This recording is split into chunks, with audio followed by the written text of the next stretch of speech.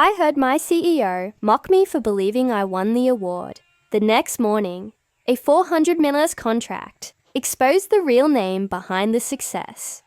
For 5 long years, Ava Reynolds had poured her soul into NovaCore Systems. The late nights that blurred into dawn, the skipped birthdays, the endless debugging marathons that only she remembered. Her fingerprints were on every piece of code, every optimization, every breakthrough that turned the company's outdated platform into a multi-million-dollar engine of innovation. She'd never asked for credit, just acknowledgement. But that changed the night she heard her CEO laugh. It was nearly midnight when Ava returned to the office to grab her laptop. The building was mostly dark, except for the faint glow from the boardroom at the end of the hall. She slowed when she heard voices, familiar ones. Thomas Grant, the man she had once admired for his confidence and vision, was laughing with the CFO and 2 venture investors. Through the frosted glass, she could make out Thomas's silhouette, leaning back, whiskey glass in hand, his tone smug and self-satisfied. She really thinks her code won us that award, Thomas said, his voice dripping with arrogance. 5 years, and she's still in the dark. The award entry had my name on it, not hers. She's a brilliant worker, but she's not leadership material. The room erupted in laughter.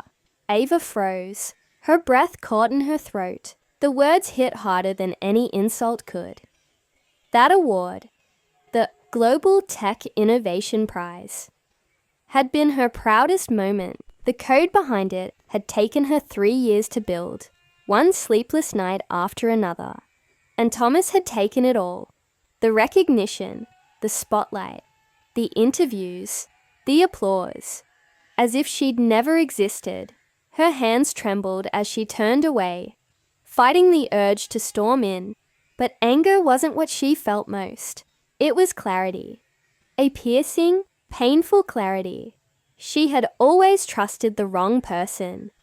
The next morning, Ava arrived early. Before even the janitors, she moved with purpose, quiet but deliberate. She didn't confront Thomas. She didn't even look angry. Instead, she sat at her desk, opened her encrypted archive, and pulled up a folder she had forgotten existed. Project Orion, Source Verification.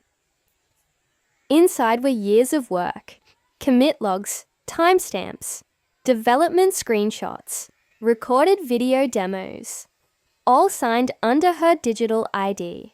But at the bottom of the folder was the real gem, the ITS Award submission form itself, with her own digital signature as the registered lead developer.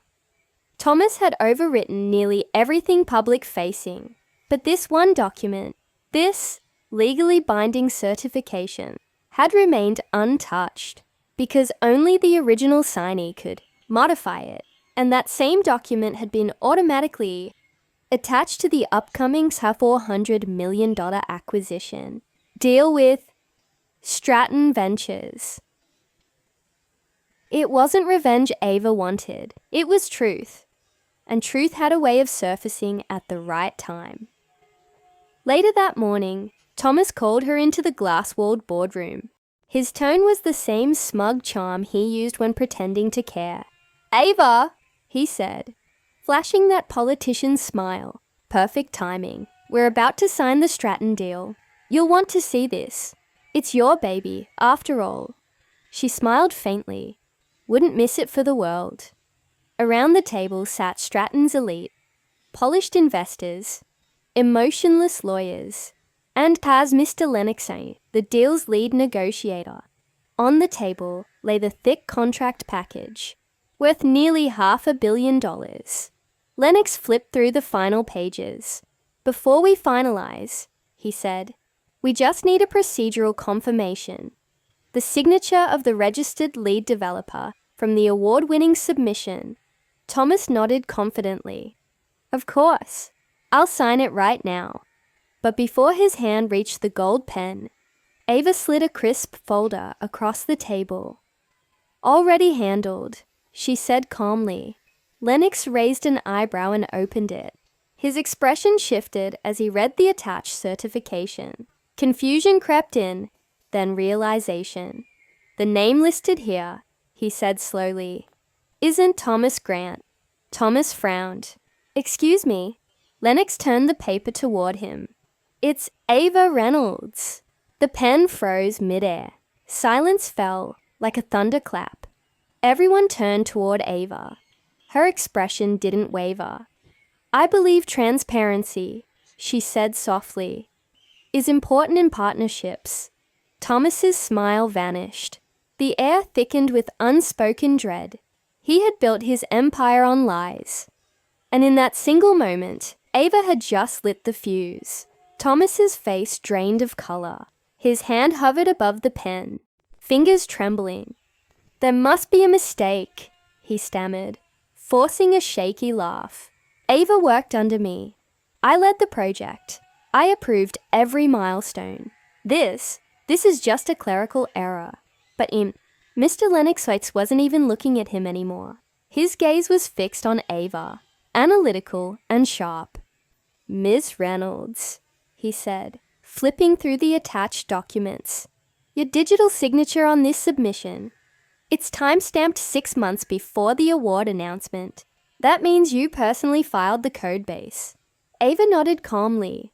"Yes, every single line was written, tested, and compiled under my credentials. You'll find the repository logs trace back to my developer ID. I even recorded the original build on my secure drive. Time-stamped, verified, and untouched since." Lennox's eyes glinted with interest. "And tell me, were you credited publicly for this achievement?" Ava's lips curved faintly, though her tone stayed neutral. "No. My CEO said the recognition would go to the team. I believed him until I learned the team was just him and a camera crew." The silence that followed was razor sharp. Thomas slammed his palm on the table, the sound echoing. "You're out of line, Ava. Everything you did was under company property. You signed an employment contract. You have no claim to any of this." Lennox's expression darkened. "Actually," he interrupted coolly, "she does." Thomas blinked. "What?" "Under corporate law," Lennox continued, tapping the page with his pen, "intellectual property defaults to the registered creator in any award-based submission, unless reassigned in writing. And according to this," he flipped the page for everyone to see, "there was no reassignment filed. The award and its attached patents still legally credit Ms. Reynolds." A hush fell across the room. One of the junior investors muttered under his breath, "So she owns the code we're paying $400 million for." Lennox nodded grimly. "It appears so." The CFO's face went white. "Then the deal's invalid without her consent." Thomas's jaw tightened. He turned to Ava, the mask of confidence gone. "Ava, let's talk about this. You know how these things work. Maybe I miscommunicated. We can fix it. I'll make you CTO, full stock options, an executive package, whatever you want. Just don't do this." Ava rose slowly, her chair scraping softly against the marble floor. She looked at him, the man who had stolen her light and wrapped it around his name. And her voice was steady when she spoke. "You already gave me everything I wanted, Thomas." He blinked, confused.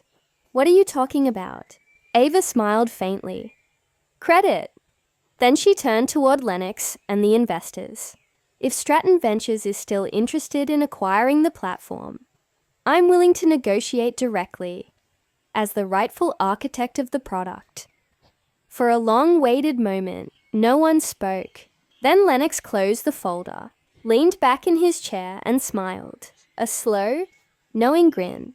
"Ms. Reynolds," he said, extending his hand, "I think that's a conversation we'd be very happy to have."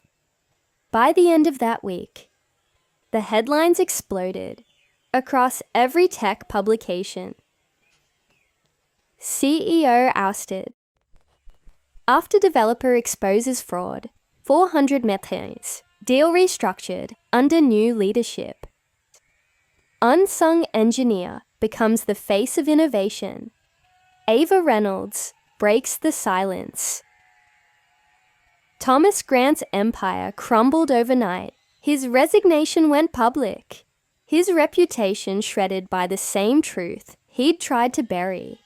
As for Ava, she didn't take his chair.